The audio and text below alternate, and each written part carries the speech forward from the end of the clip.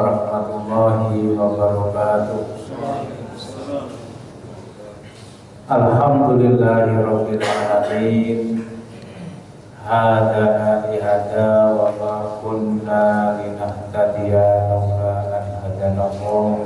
Asyhadu an la ilaha illallah wa asyhadu anna Muhammadar Rasulullah.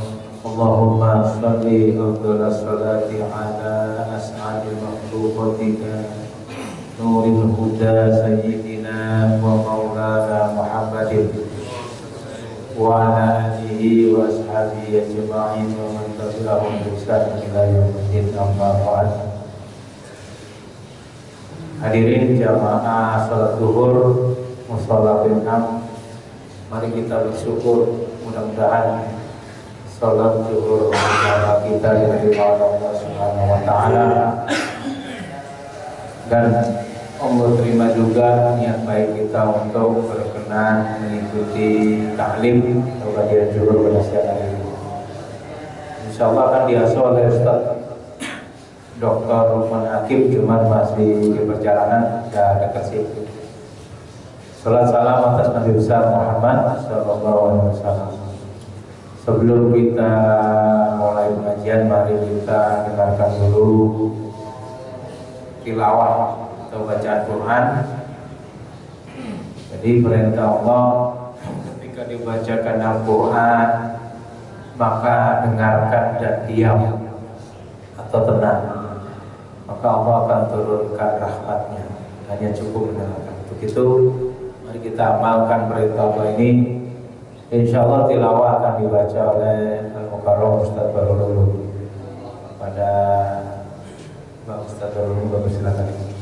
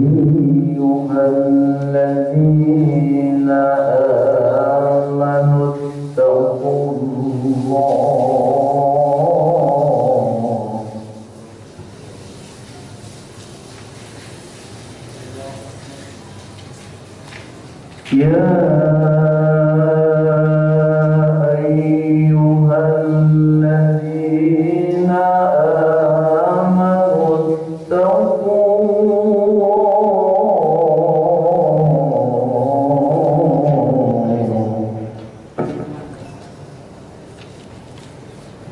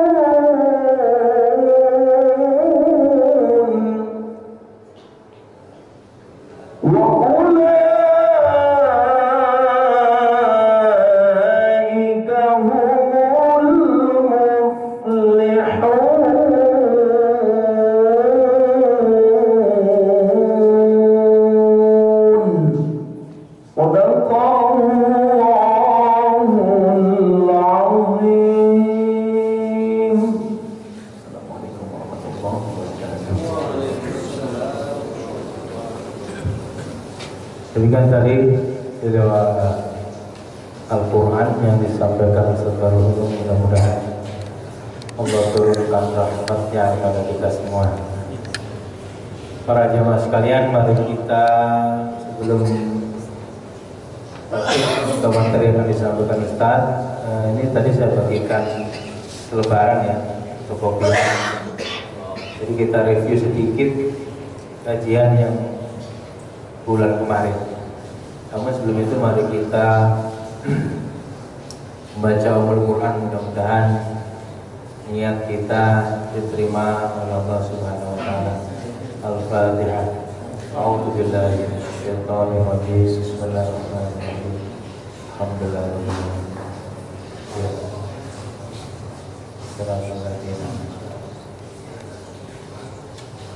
Baik para jamaah rahimakumullah, bisa dilihat di halaman 43 itu 42 ya. Itu pelajaran bulan lalu, makalah yang 43. Sama yang di atas. Jadi di situ tertulis sifat ubudiyah kehambaan ialah patuh taat terhadap semua perintah dan larangan. Itu kelihatan Pak ya, bisa simak. Kita ulang sedikit sebelum nanti dilanjutkan ke 44 oleh Pak Ustaz. Sambil nunggu saya coba mengulang. Jadi ada sifat ubudiyah. Ubudiyah itu kehambaan. Sifat kehambaan itu ketiadaan. Maka ada dua sifat pelajaran kemarin ya. Tinggalkan dua sifat keakuan. Ya. Aku yang pertama, akunya iblis. Iblis itu mengaku dirinya lebih baik daripada Nabi Adam alaihissalam. Itu aku yang seperti itu tinggalkan. Bahasa Arabnya, dasar Al-Qur'annya, A'udzubillahi minasyaitonir. Ana khairum minhu. Aku lebih baik daripada Adam. Khalaqtani min nar, aku diciptakan dari api, kata iblis nih. Wa khalaqtahu min tin, sedangkan Adam diciptakan dari tanah. Tin itu tanah, tanah liat. Jadi iblis merasa lebih baik. Artinya apa? Pada saat kita beribadah merasa lebih baik dari teman-teman kita, maka di situ terjangkit sifat-sifat iblis. Jadi perlu diketahui, sebelum iblis dikeluarkan dari surga itu, iblis itu ibadahnya 80.000 tahun ya. Kalau salah benar Pak ya. 8.000 atau 80.000 tahun. 1.000 tahun loh Pak. Kita umur kita nggak ada mungkin yang sampai 100 tahun. 60-70 tahun sudah pada meninggal dunia. Iblis itu ribuan tahun beribadah pada Allah. Begitu Nabi Adam datang, ya, dikatakan wa qulna lil malaikati isjudu li adama fasajadu illa iblis. Dan ketika diperintahkan kepada Nabi Adam, kepada malaikat, waktu Nabi Adam diciptakan itu diperintahkan malaikat. Malaikat bersujudlah kepada Adam. Masalah menafsirkan sujudnya bagaimana itu ya, intinya ada konsep penghormatan. Misalkan Ustaz, ini saya review yang kemarin sedikit biar nunggunya nggak bosan. Mohon silakan duduk dulu. Ini yang ke-44 yang ini. Silakan dia. Ini saya lanjutkan. Jadi pelajaran kemarin itu tinggalkan dua sifat akunya iblis yang merasa lebih baik daripada Nabi Adam, sehingga keakuan itu menyebabkan Allah murka dan dikeluarkan dari surga. Yang kedua, akunya Fir'aun yang merasa kuat, merasa hebat, merasa kuasa, sehingga Fir'aun mengaku sebagai Tuhan. Merasa lebih baik dari temannya aja nggak boleh, apalagi mengaku sebagai Tuhan. Dan itu pelajaran kemarin disampaikan oleh Pak Lukman, tinggalkan dua aku itu. Kalau di dalam bahasa Jawa itu dikenal dengan pepatah sifat adikang, adikku, adikuno, itu kalau ada orang Jawa sini ngerti ya. Jadi mengaku dirinya lebih baik dan seterusnya, sombong. Itu pelajaran yang kemarin itu, kalau sekilas kurang lebih itu ya. menuju sifat ubudiyah. Nah ini nanti akan dilanjutkan dengan makalah yang ke-44, lanjutan dari yang 43. Intinya itu sekilas tentang bulan kemarin supaya agak nyambung dikit ya. Baik, karena jemaah berhubung Ustaz sudah hadir, mari kita dengar kajian selanjutnya kitab Al-Hikam makalah ke-44 kepada Bapak Haji Lukman Hakim yang kami persilakan.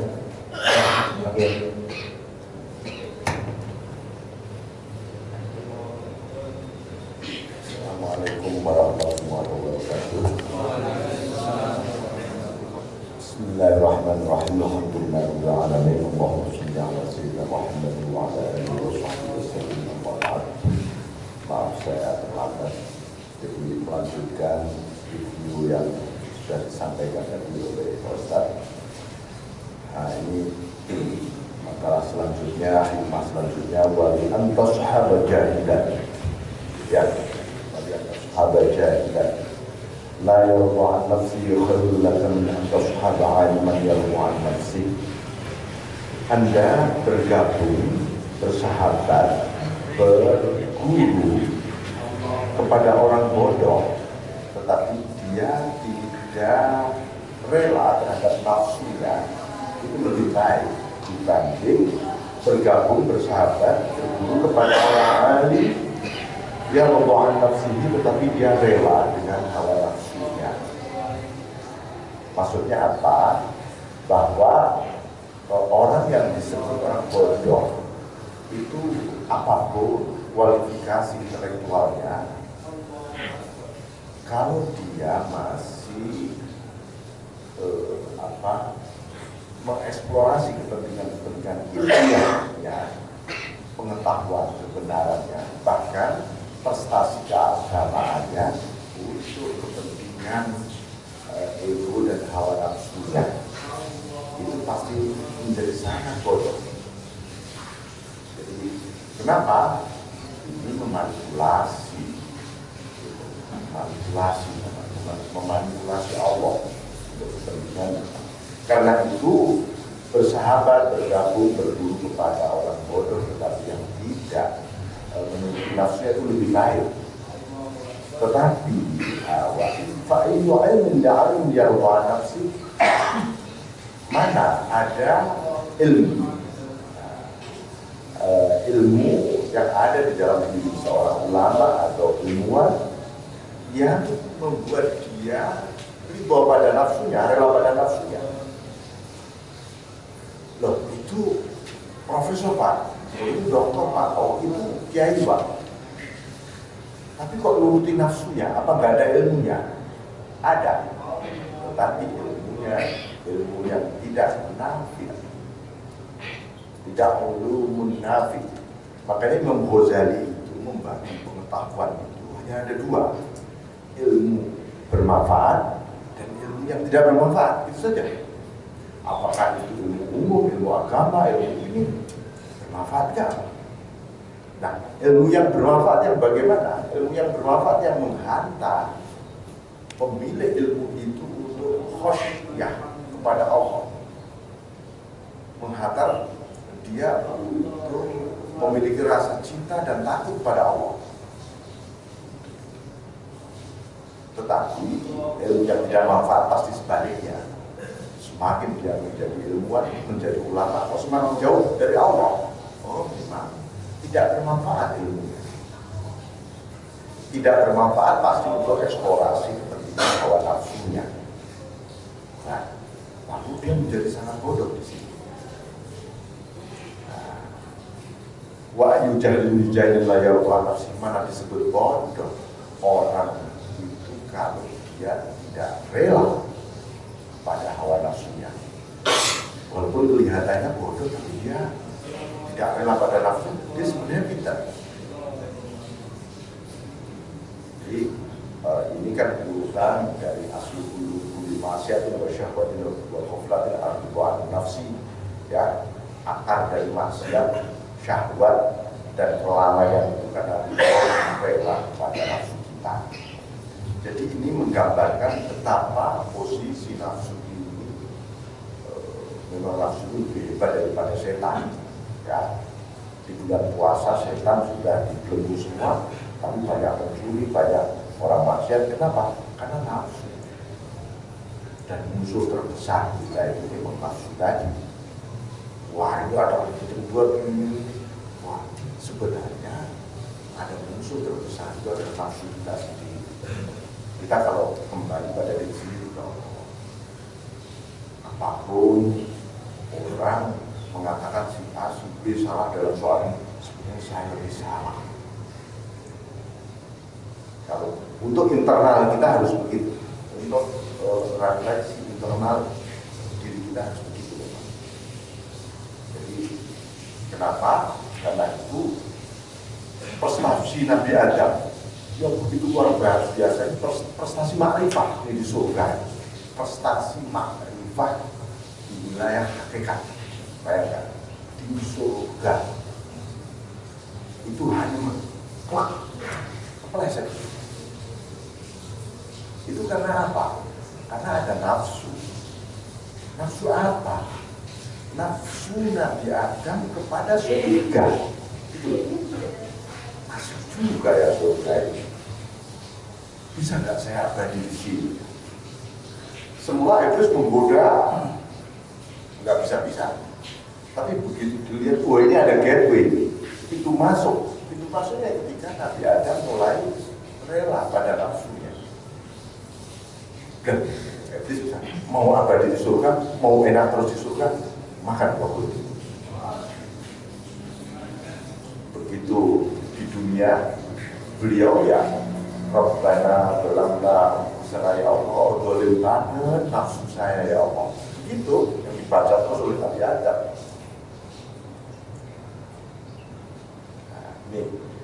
Jadi ini memang satu hal yang sebagaimana diprediksi oleh malaikat, ya. Jadi nafas ini memang luar biasa. Dia bisa mengalir pada dua ikon besar, satu kekerasan, dua kenikmatan. Tetapi kenikmatan ini akan mendestruksi bumi, ekologi, alam.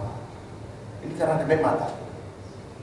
Sebenarnya dia kurang, ingin lagi, kurang lagi, dieksplorasi bumi sampai habis.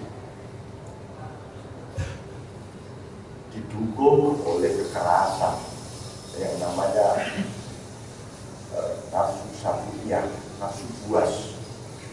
Tahu kan, manut aku nggak menuruti kenikmatan, ada kekerasan. Itu yang diprediksi oleh malaikat. Yufsiduna fil ardi di satu sisi, merusak bumi di satu sisi, wasfikud dima, menumpahkan darah. Ini semua bermula dari nafsu yang bisa dilihat oleh malaikat dari alam malakut. Malaikat kok bisa memprediksi ya? Karena malaikat menggunakan kacamata malakut, kacamata non-nafsu bisa. Wilayah malakut itu wilayah non-nafsu, sehingga kelihatan banget nafsunya manusia itu banyak.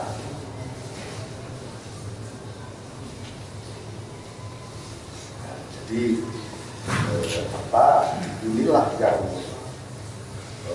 memberikan peringatan tegas pada diri kita, dan kita harus memulai ibadah di nafsi, memulai dari diri sendiri, dimulai dari diri sendiri. Di sebuah keluarga, di sana ada anak, ada istri, ada mungkin ada adik, kakak, ponakan, ada saudara-saudara, bahkan mungkin juga ada sahabat tetangga. Kadang-kadang orang mikir begini, aku bisa sih baik mulai kebaikan, tapi orang-orang dekatku bisa nggak ya? Nggak usah tunggu baiknya orang lain ketika kita ingin memulai kebaikan. Tetap mulai dari diri. Itu nanti pasti akan memberikan bias kebajikan kepada yang lain. Harus diri kita memulai ibadah nafsi, mulai dari diri. Karena dari situlah sebenarnya seseorang mempelopori sebuah perlawanan. Karena itu dulu para sufi mendidik nafsu para muridnya. Antara lain apa? Contoh soal menata sandal. menata pakaian, soal kerapian. Awalnya hanya begitu saja. Para sufi masuk masjid, masuk rumah, masuk apa, sandal harus dibalik. Coba Anda itu lakukan sekeluarga selama 1 bulan. Masuk rumah, masuk masjid, itu nyopot sandal, sepatu, dan langsung dibalik. 1 bulan saja. Itu terjadi proses perubahan psikologis di rumah itu. Anak-anak mulai disiplin, gampang disuruh ibadah, gampang disuruh belajar. Itu loh. Kenapa? Karena ketika orang balik sandal itu tempatnya di bawah, biasanya nggak pernah dihormati, tempatnya di kaki. Tiba-tiba kita hormati dan kita harus membalik di belakang. Itu terjadi perlawanan pada diri kita.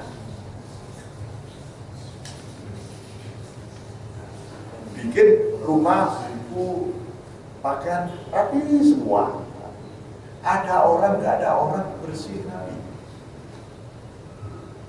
1 bulan saja Anda lakukan, apalagi 41 hari saja sampai bisa begitu. Itu terjadi perubahan. Ini karena apa? Karena proses perlawanan yang luar biasa. Hal-hal yang sederhana yang dulu dilakukan oleh para sufi sampai kemudian mereka mengatakan orang yang baik itu adalah orang yang apabila sendiri tetap baik.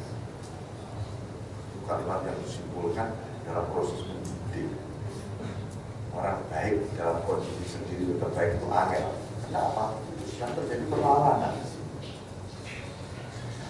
Hal-hal yang menimbulkan sebuah perlawanan pada diri sendiri itu dijadikan awal untuk mendukung taubat seseorang. Orang itu taubat, tapi juga harus ada mujahadatun nafas, melawan diri sendiri. Di dalam tradisi agama kita ada istilah jihad, berjuang secara fisik, secara ruang dan waktu, secara fisikal. Ya. Ada ijtihad, itu berjuang secara intelektual, ilmuwan, konseptual, ijtihad. Ada mujahadah, semua bermula dari kata-kata al-jahdah. Mujahadah itu adalah berjuang melawan diri sendiri, yang paling berat. Ya, itu yang paling berat. Kita itu misalnya dalam waktu setengah jam ngobrol, berapa kali kita mengatakan kalimat saya tadi tapi kalau nggak kata saya pasti sudah makannya saya ini udah berapa ya, setengah jam kita ngobrol. Itu betapa kita itu, ego kita itu seakan-akan yang memiliki saya hanya saya saja, padahal ada punya saya ada banyak saya yang punya saya di depan orang. Tapi orang mau itu menunjukkan betapa ego kita itu luar biasa. Nah, karena itu kita harus menyadari kita tidak memiliki saya, karena saya itu punya hanya hak guna pakai saja. Dan kalau mati, ya kembali kepada saya yang sesungguhnya, yang punya saya. Nah, itu dengan begitu, ya, saya nggak boleh mengklaim ya. Nah, dengan begitu kita terjadi perlawanan lagi. Perlawanan ini kenapa dimuliakan oleh Allah? Karena orang yang sedang melakukan perlawanan ini sendiri. Walladzina jahadu fina, orang yang menjahadah fina, menunjukkan akan mana dia namun sebulan akan buka itu jalan-jalan kepadaku banyak sekali tampak terbuka. Kenapa Allah mencintai orang yang melawan diri sendiri? Karena orang yang melawan diri sendiri secara otomatis dia sedang memprioritaskan Allah. Dan aku sedang menomorkan engkau. Karena itu kepentingan aku mau ini. Nah, ini di nah inilah memberi gambaran mengenai mujahadah. Terus ada waktu. Masih. Oke, kalau begitu saya lanjutkan Syu'abul Basirah juga bahu kita. Pertama kali seseorang setelah mujahadah itu biasanya mendapat limpahan nur. Ya.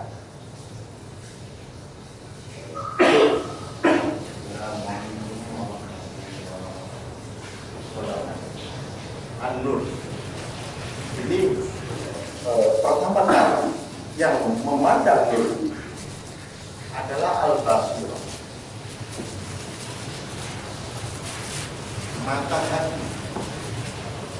Matahari itu begitu memandang nur pertama kali. Yang mana pasti matahari? Nurnya Allah. Apa ya? Tanda pertama kali oleh matahari. Tiba-tiba dan juga bahumika betapa Allah maha dekat dibanding kedekatanmu pada dirimu. Nah, inilah ada namanya al-fat terbuka, utuh, terbuka, tersingkap. Nah, di dalam agama kita orang tersingkap itu ada 3. Satu namanya fathun gharib.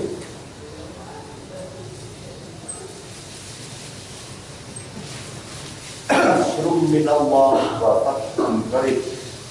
Pertolongan dari Allah. Wa fathun gharib, dan futuh, ketersingkapan yang membuka mata hati seseorang menyaksikan qoribnya Allah. Allah akram, ya, Allah qarib. Itu pertama kali. Dari mana munculnya itu? Nasrun minallah. Jadi Allah sedang menolong.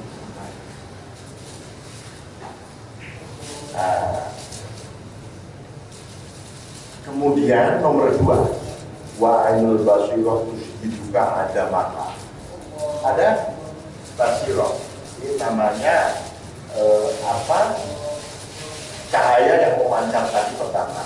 Kemudian ini yang disebut wilayah ilmu yakin. Ilmu yakin itu di sini. Iya ya, itu benar, itu fakta. Kalau sudah tahu Allah Maha Dekat, mau ngapain kita? Itu kan pertanyaan berikutnya. Nah, ini yang disebut ainul basirah. Nyatanya matahari. Nyatanya matahari. Setelah kita melihat, oh ya ini merah. Kenyataan merah itu kayak apa ya? Kalau saya memegang, oh berarti aku bisa rata fungsi tentang penghayatan warna merah ini. Wah, ini namanya ainul basirah. Nah, di situ disebut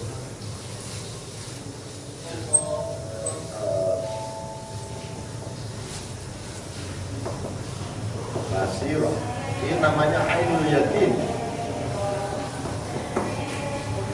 Ainul yakin.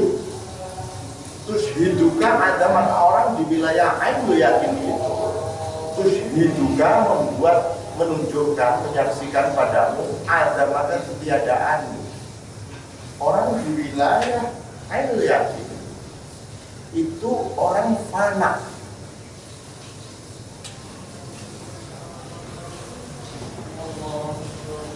Di Al-Quran disebutkan kuluman 'alaiha fan, segalanya sirna. Bagaimana ya saya menghayati segalanya? Hidup ini sirna semua, makhluk. Kalau Anda belum masuk ainul yakin, sulit. Orang beribadah, ya Allah, aku ini gak ada sesungguhnya. Yang memiliki sifat ada kan Engkau. Nah aku cuma ada-adaan, karena aku diadakan. Karena itu adaku adalah ada yang relasi, bukan ada yang sesungguhnya. Itu sama dengan tidak ada, Tuhan.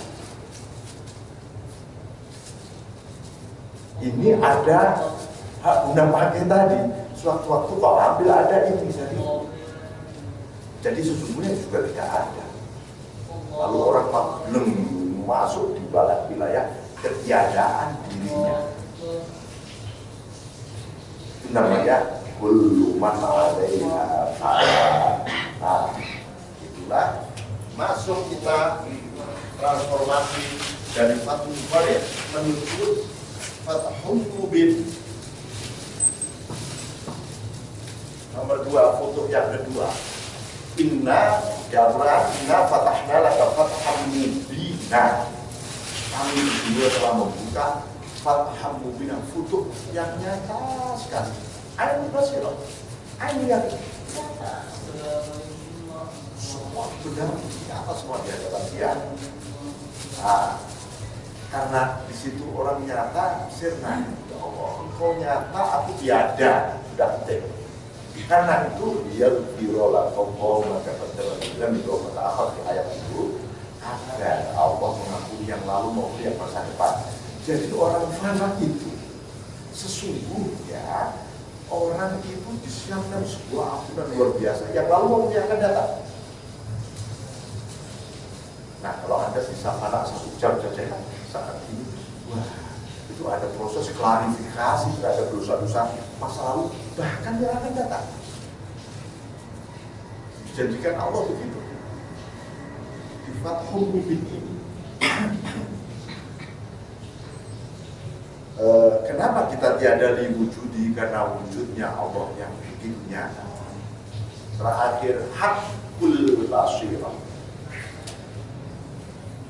Ini tulisannya Murad Farid, ya, nggak apa-apa ya, biar nyantol terus maksudnya. Ada hakul basirah. Hakul basirah itu hakikat mata hati yang disebut hakul yakin.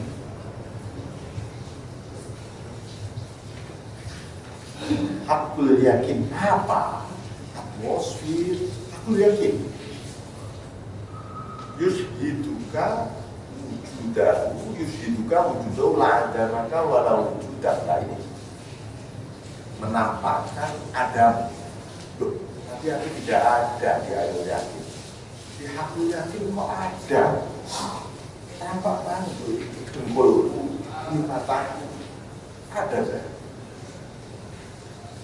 Tapi bukan tiadamu dan juga bukan wujudmu.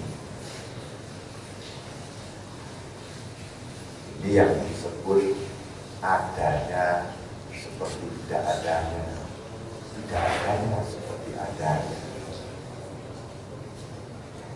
Itu yang kita sering mendengar, wujud dulu keadaan ini. Wujudnya seperti tiadanya. Ini maksudnya. Ini justru puncaknya. Hakul yakin, hakul basirah. Ini di wilayah futuh yang disebut fathun mutlak. Fathun mutlak, futuh universal, futuh absolut. Itu yang di Al-Quran kita pasti hafal semua ayatnya. Tidak ada atas ruwah wal fathu. Jadi tidak ada fatwa apa. Tadi ada Fathul Qorib, ada lagi Fathul Mubin. Ini al-fathu saja. Karena saking absolutnya futuh. Ini namanya fathul mutlak. Itu wilayah hakul yakin, hakul basirah. Orang, aku ada di dunia, tapi adaku juga bukan adaku. Jadi adaku diadakan, aku yang menggerakkan juga ada, yang membuat intuisiku ke sana baik. Ini juga ada. Aku nggak berdaya. Aku la haula wala quwwata illa billah. Manusia di wilayah hakul yakin tetap abadi la haula wala quwwata illa billah. Bukan la haula wala quwwata sekali-kali, bukan. Ada terus. Nah, wah, ini hebatnya Al-Hikam. Ini kalau dimulai oleh ulama-ulama Pak Daud bisa berjilid-jilid kita menjelaskan ya. Imam Ghazali satu jilid soal ini. Oleh Ibnu Athaillah hanya satu. Dahsyat sekali. Orang nggak habis pikir, para ulama juga nggak habis pikir kenapa Ibnu Athaillah hanya menjadi 3 kalimat saja.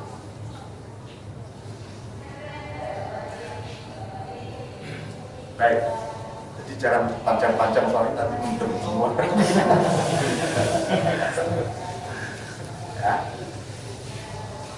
Ya, dirasakan di hati saja ya itu ya.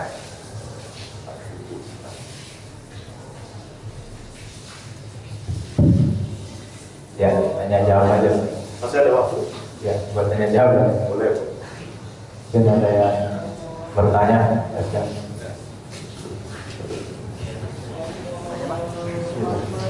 Assalamualaikum Ustaz Lukman. Saya tertarik dengan materi yang nomor 4 tadi kaitannya dengan perkawanan ya, perbandingan antara lebih baik berkawan dengan orang bodoh yang tidak menurunkan hawa nafsunya atau lebih baik daripada berkawan dengan orang yang alim tapi selalu menurunkan hawa nafsunya. Nah, ini urgensi dengan prinsip atau konsep dari husnuzon atau berbaik sangka. Jadi ini kita menempatkannya seperti apa? Ada gini, mungkin kita sepakat bahwa manusia memiliki sisi buruk dan sisi baik begitu ya Ustaz ya. Ketika kita mengetahui ada keburukan padanya, ini konsep husnuzon ini bagaimana? Nyambunginnya bagaimana Ustaz? Begitu kira-kira. Terima kasih. Assalamualaikum warahmatullahi wabarakatuh. Bersahabat, berinteraksi sosial itu ada banyak level. Ada persahabatan untuk kepentingan bisnis. Ya, itu kepada orang Muslim, orang kafir, nggak apa-apa. Ya, orang bisnis dengan orang asing, no problem. Ini kepentingan bisnis. Ya. Ada persahabatan yang berhubungan dengan persahabatan sejati. Nah, ini adalah persahabatan jiwa. Pada siapa saya bersahabat? Nanti di belakang-belakang akan mengatakan la tashab man la yujiduka haluhu wa la yadulluka 'ala Allahi maqam. Janganlah engkau bergabung bersahabat dengan orang yang ungkapan maupun tindakan jiwanya tidak menghantarmu menuju kepada Allah. Itu aja standarnya. Mungkin orang itu awalnya bicara bisnis, bicara tentang dunia, tapi ujungnya kok mengajak ke Allah. Nah, boleh. Tapi jangan sebaliknya. Oh, ini ayat-ayat Al-Quran, hadis, akhir-akhirnya bisnis. Jangan. Ada bisnis murni aja wajar, tapi jangan bersahabat. Neraka nanti. Karena Tuhan banyak dimanipulasi dari sini. Ada nafsu tadi. Jadi lebih baik ini ujungnya asalnya ngomong dunia. Oh, dia giring saya supaya kepada Allah. Nah, oke. Tapi kalau Allah dulu, Kanjeng Nabi dulu, ujung-ujungnya dunia, ujungnya kepentingan sosial, politik, bisnis. Nah, sebentar dulu Mas. Dia kasih tanda petik dulu lah, kira-kira begitu. Nah, dari situ ada bisa memposisikan reposisi saja. Husnuzon itu posisinya di wilayah reposisi aja. Oh, untuk ini aku di sini saja batasku, ini di sini saja.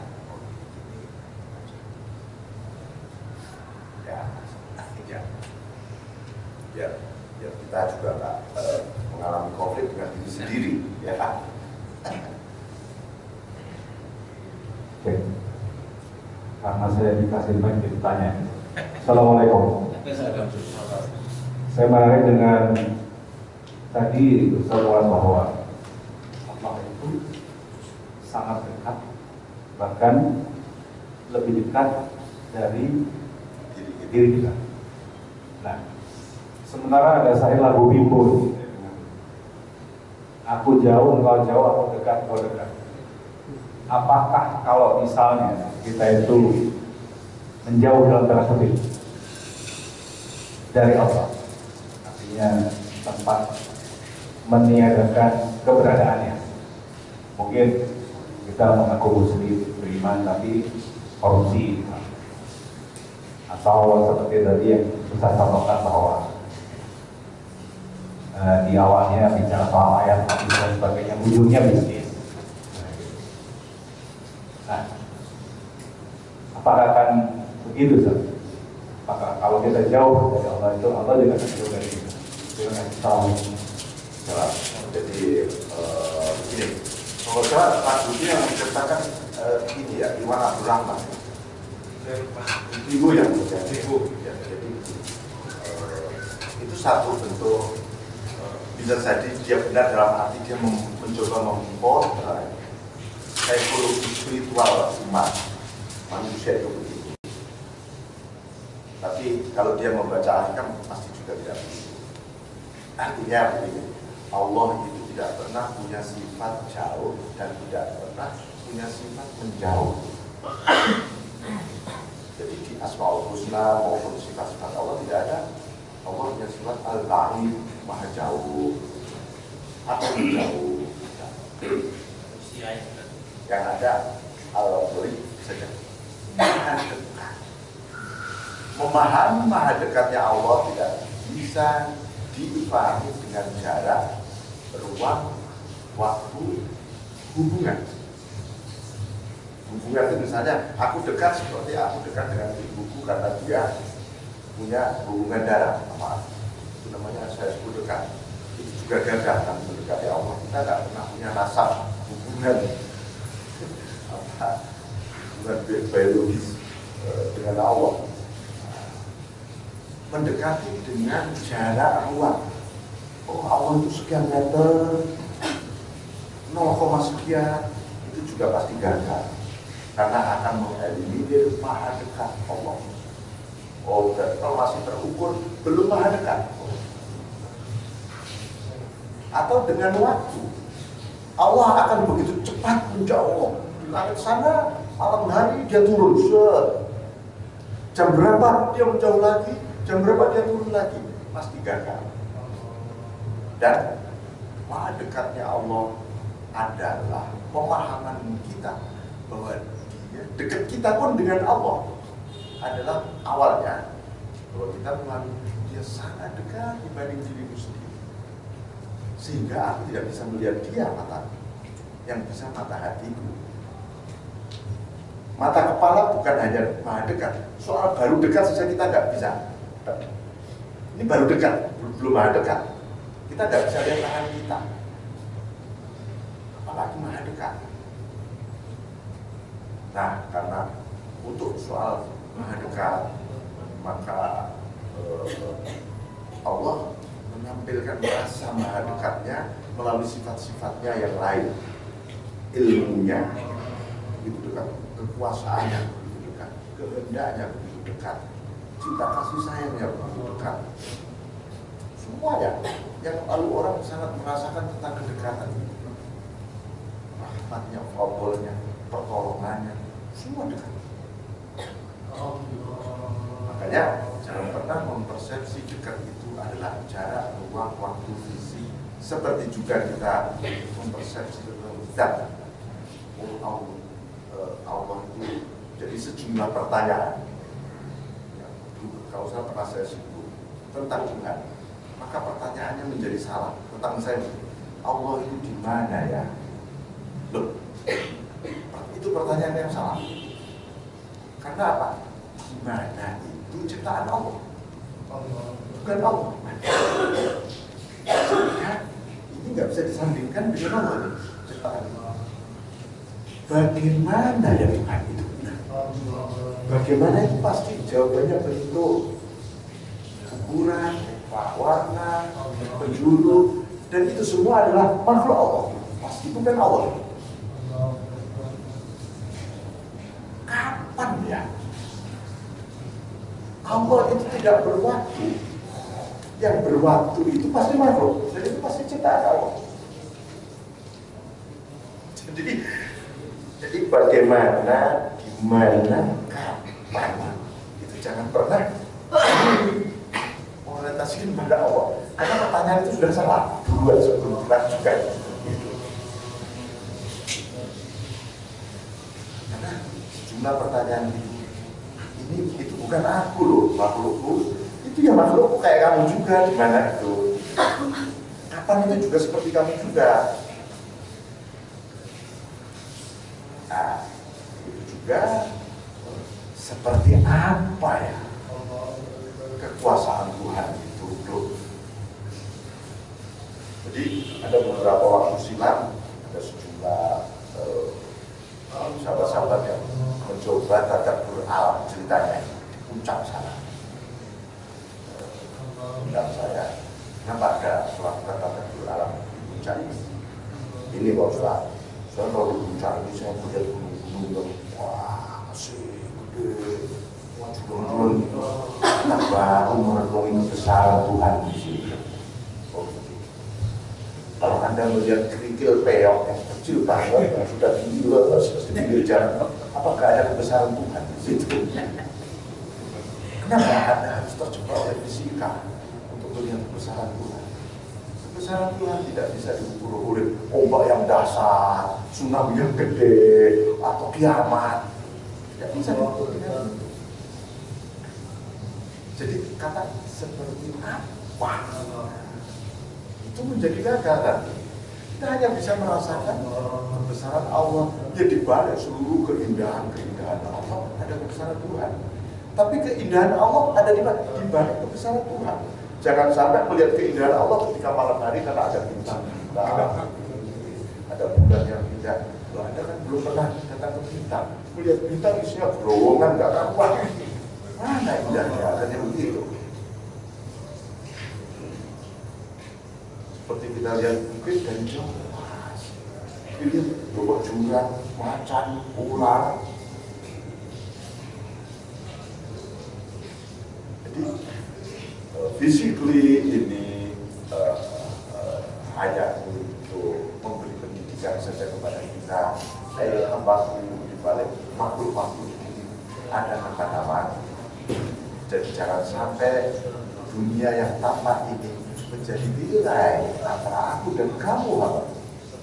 Karena aku tidak pernah bisa dinilai, nggak bisa pernah ditutupi aku.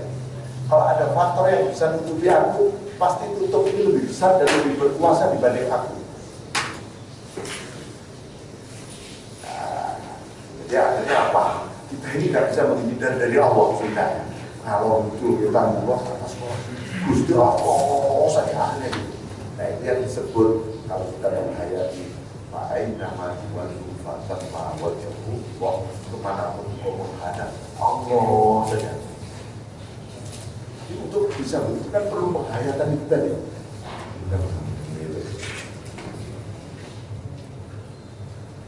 Saya kira demikian. Iya. Saudara sekalian, saya minta maaf. Assalamualaikum warahmatullahi wabarakatuh. Waalaikumsalam warahmatullahi wabarakatuh. Ya, mungkin tadi kajian kitab Al-Hikam insya Allah bisa lanjutkan pertemuan berikutnya di bulan depan. Silakan. Mari kita tutup dengan kafaratul majlis. Subhanaka wa bihamdika Allahumma asyhadu an la ilaha illa anta astaghfiruka wa atubu ilaik. Assalamualaikum warahmatullahi wabarakatuh.